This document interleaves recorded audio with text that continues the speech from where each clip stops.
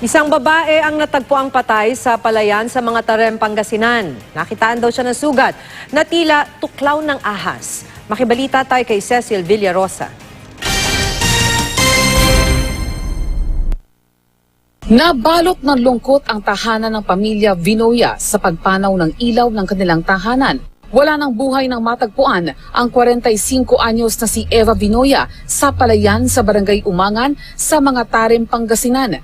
Nangingitim at tila may mga kalmot ang biktima sa iba't ibang bahagi ng kanyang katawan. Kahit paano masakit din kasi kahit na hindi namin tunay na hipag ko lang, kapamilya na namin yan. Masakit din yan.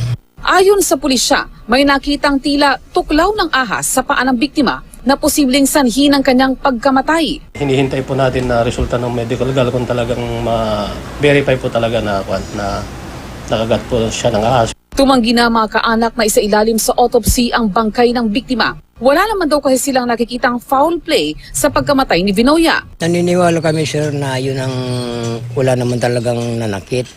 Kasi ayon sa findings ng doktor, gas-gas lang yung mga yung mga konting sugat.